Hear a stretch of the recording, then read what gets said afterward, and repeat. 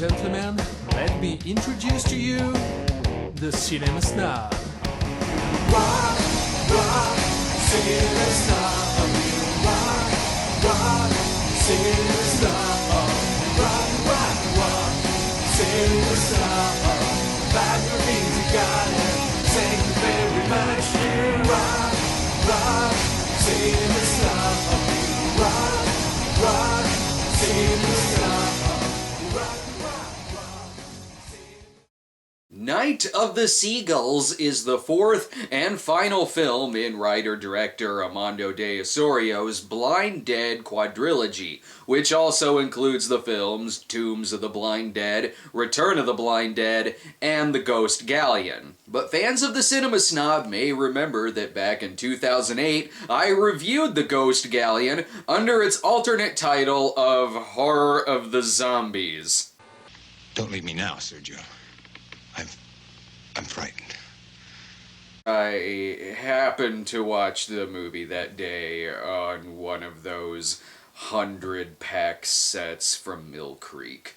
And holy shit, how did the lighting manage to get worse from 2007 to 2008? I spent a lot of time making fun of Horror of the Zombies' day for night shots, but at least in day for night you can sometimes still see shit. Ever since the Horror of the Zombies episode, Night of the Seagulls has been teased in other episodes, including Zombie 7 and Zombie 3. So let that be a lesson. Just because something is teased doesn't mean it won't take 9 years to get to it. The movie was teased so much that my smartassery led to the movie having a fake alternate title like Zombie 8 on IMDb. The movie was never called Zombie 8, although that title makes more sense than a film about zombie Templar knights being called Night of the Seagulls. Now let's find out how this quadrilogy of films, in which I never reviewed the first two parts, ends. Look at those logos. This is one god who has definitely sold out.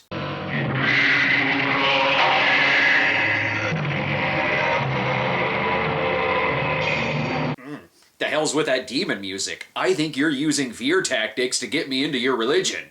And look at how nighttime that is. Night of the Seagulls, my ass. I want dark scenery like my old basement. The movie begins centuries in the past. If these old-time travelers would just stop writing during the foggiest of nights, they'd stop running into horror films. Relax, dear. No one will steal your bridal veil sailor hat invention. Turns out they are lost, and what does he think he's gonna find other than getting killed? Gas stations haven't been invented yet. Sorry, no room at the inn. The zombies will have to rise in the manger. You hear me? I'm a lost traveler. Open up, I implore you. Oh no, I've seen a Clockwork Orange. I ain't letting you in. Ah, they're saved by an army of neckbeards. They'll take you to shelter, but they'll be condescending dicks about it. We are the knights who say, pfft, whatever.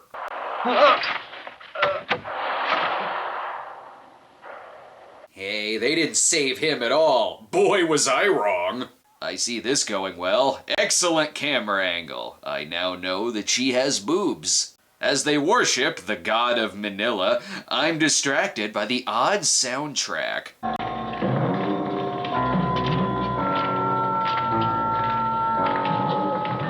The hell's with the boing, boing, boing? The way this movie's going, I wouldn't be surprised if that's her breasts jiggling. You have displeased the knights of the coffee table. We must replace your heart with a golden heart, which at the time was just an ear of corn. No way is she coming back to life. Our god must feed. Nom nom nom nom nom nom nom nom nom. Could use some barbecue sauce. Careful there, fellas. Don't munch on her too much. She has crabs. Your lips are gonna get itchy. I guess that's it for the prologue.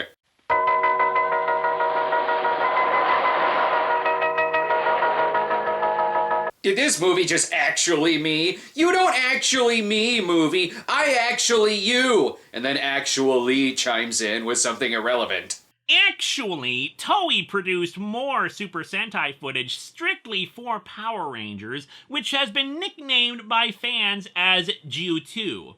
Yes, thank you. I was dying to know that information! I've seen so many movies and locations like this, I just assume the town is called Foreign Horror Moviesburg. Is this it? Yeah, we've arrived. I didn't think it would be so primitive, did you? It's horrible. We go to third world towns to gloat about our superior lifestyles. It's our fetish. This is Dr. Henry Stein and his wife Joan, who are called to this town to take over for an older doctor. The name Dr. Henry Stein is sorta like the name Dr. Henry Frankenstein. For some reason. I see most of the town is just waiting for Belle to come outside so they can all sing about her. Unfortunately, this is a town of Christian Scientists. They don't take too kindly to a big city doctor around these parts. Joan is wondering why they couldn't have relocated to the Wicker Man. At least then there would have been a few musical numbers by now. Henry is getting frustrated, wondering where his office is. I only want to know which way to go to get there. Ooh, Dr. Stein practices tough love in his medicine. If your nose ain't broken, he'll break it for you just so he can fix it. I guess this is the doctor's office. It'd be nice to know if this movie is post-apocalyptic or not. This is Dr. Stein. Open the door. Why are the best doctors also the rudest? The old doctor wants to get the hell out of there. What's the rush? There's no Blind Dead 5. Now he's off to open a restaurant with Jessica Tandy and robot aliens. Again, the music seems slightly out of place.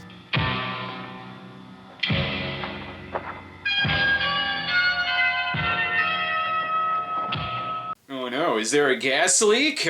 Why is the music so sinister? The house isn't too bad. It comes with its own creeping Torgo outdoors. You're just gonna have to get used to him. Wait, that's not Torgo, it's Stephen Miller! Come back when you're the pig eyes from the Amityville Horror. Best move into the other room. This room smells like cat piss instead of hog shit. Hopefully Outdoor Creeper doesn't know how to use the doorknob. Don't be me. Teddy doesn't want to hurt you, no. Okay, fine, John Cazale, you can stay. This is Teddy, the town simpleton. They'll pick on me. They never let me into their houses.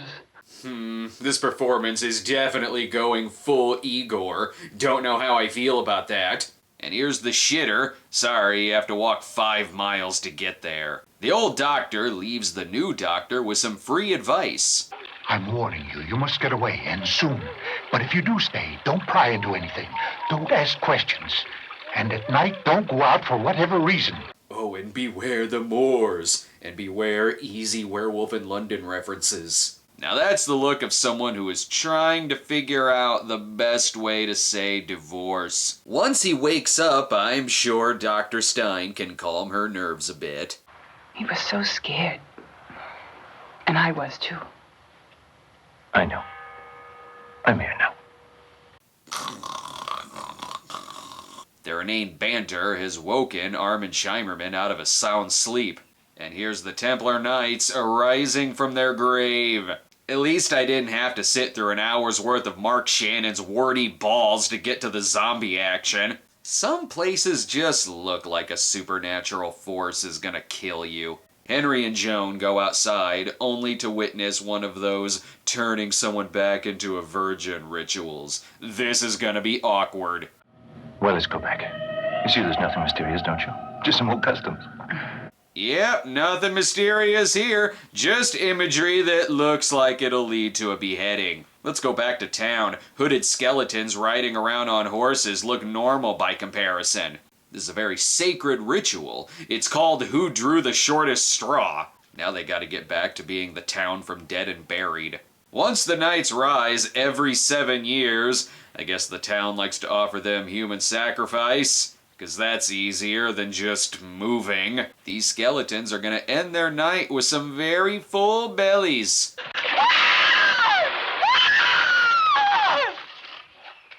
Henry. Honey, you gotta get used to being woken up by an outdoor scream. It's just gonna keep happening.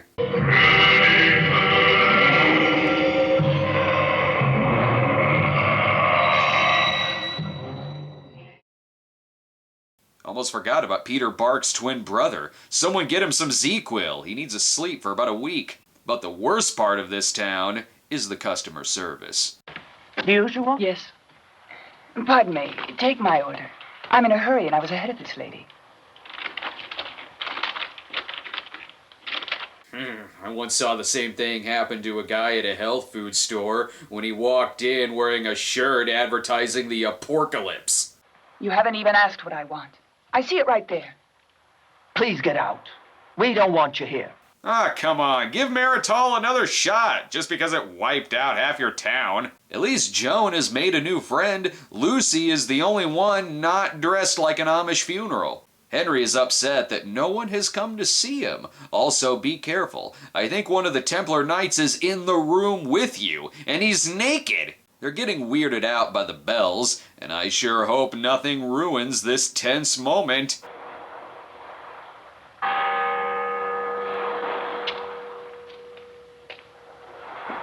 He wants to sleep here if he can. Thanks for killing the mood, old-timey Sheldon Cooper. They do get one customer, but sadly, she's taken away. Sorry, Dr. John Daly. We can cure her ourselves with alternative medicine. Tying her up and letting zombies eat her. Yes, sure, they're creepy, but this is a comedy show, so I gotta make jokes. Looks like they're more in the mood for carry-out instead of dining in. Don't go so slow, fellas. She's liable to get cold.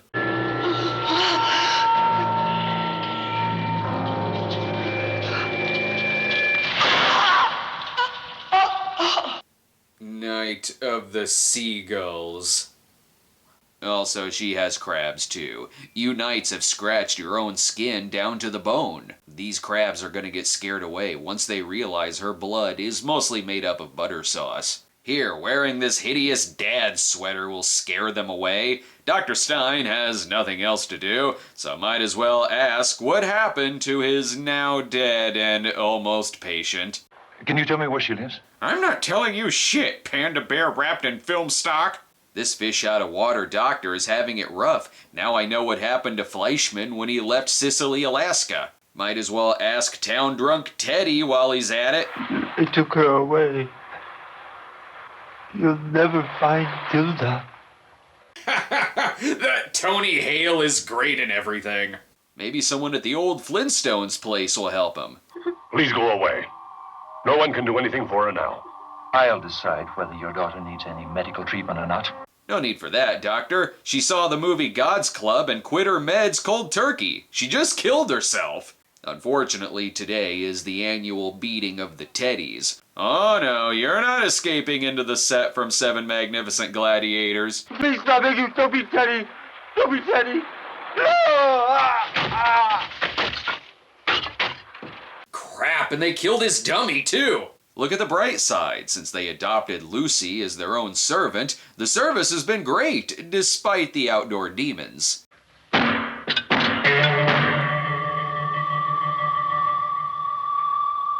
Please, if you will, Lucy, open the door. Yeah, if there's a horse-riding hell beast out there, we'd rather them kill you first. The town has come to inform Lucy that she's been chosen to take part in the new Ken Russell movie. Why did we even invite this doctor? He's just gonna try to stop us. This is a real headache. Ah, so young Jonathan Banks is still alive. The dummy, however, it's way dead. And if you're wondering if the title is ever gonna fit into the movie... Those birds again. How is it possible that seagulls fly at night? That's your biggest problem with this town? Just go hang out at a Burger King parking lot at 1 in the morning. You'll see plenty of seagulls flying at night. The Steins finally want to leave, but they're still getting crazy shit at their door, which they keep unlocking. Thank you very much. And now it's the barbaric offering of Melania to Donald Trump. Look away, kids, this is gonna get haunting. And if you're still wondering if the title is gonna fit into the movie... The pretty girls, when they die, they become the seagulls that scream and cry. They're the damned spirits of the sacrificed girls. Are we supposed to believe that story?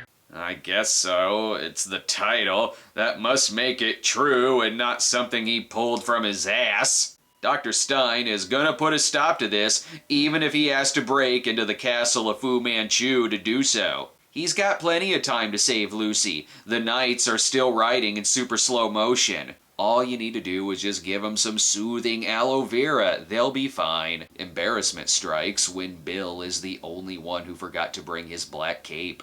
And now the townsfolk decide to leave, not because of the constant need for human sacrifice, but because the doctor's trying to save them. Best hightail it out of here, even if we gotta steal the doctor's car to do so. Crap, if only we hadn't moved to the little town of Bethlehem. But he is still a doctor, and Teddy is still very injured. We won't be able to get him out without a car. We'll have to carry him in a blanket. Probably he'll die if we do it, but we must. Bedside manner!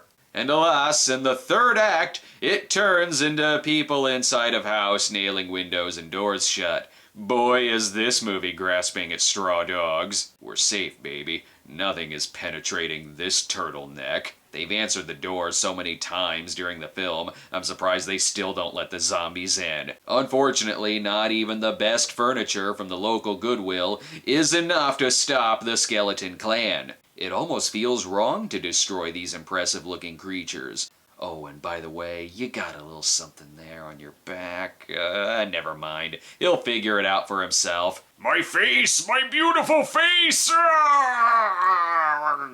They got what they came for, to immediately arrest Teddy and put him in the drunk tank. Sorry, no dummy can take your place in this death scene. Hopefully there's some horses parked outside the only brick wall in town. Nom nom nom nom nom nom nom. Boom. You guys can take their horses, but in retaliation, the knights are gonna make long-distance phone calls from your house. There really is no off switch to the slow-mo horse setting. Well, unless they actually are walking in slow-mo, I guess. I'm pretty sure the slow motion is the only reason there's still 10 minutes of the movie left. That, and so one more person can die. Please! Help me! Nope! Thank God we saved you! Good job, you've ridden to their secret lair. The last place that I'm sure they'll look. But wait, there's still zombies that haven't risen yet. Boy, does this give new meaning to the term graveyard shift. But this idol is responsible for all the sacrifices. Let's destroy it and put an end to all this horror. Hey, the Templar Knights have the right to worship whomever they please, even if it's the same god from Blood Feast. They destroy the idol, and best part is, delicious candy. Even the Templar Knights are filled with yummy strawberry jam. Well, they've destroyed our furniture, so we have nothing to live for now. Okay, I guess that's the end of the movie.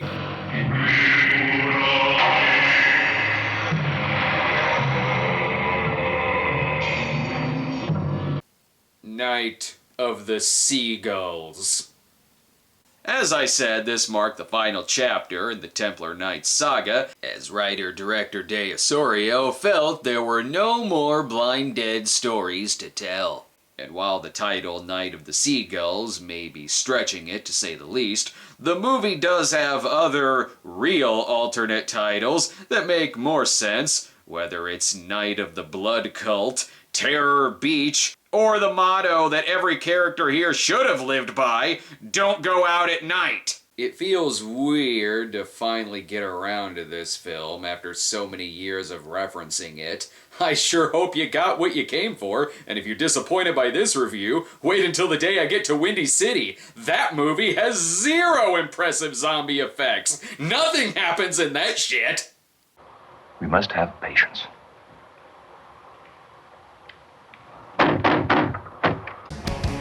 Rock, rock, Cinema Snob. Rock, Cinema Snob. Rock, Cinema Snob. 5 movies you gotta sing. sure to subscribe to our YouTube channel at youtube.com/StoneGremlinProductions. Follow us on Twitter at the Cinema Snob, or check out our homepage at thecinemasnob.com. And you guessed correctly, I am a little drunk.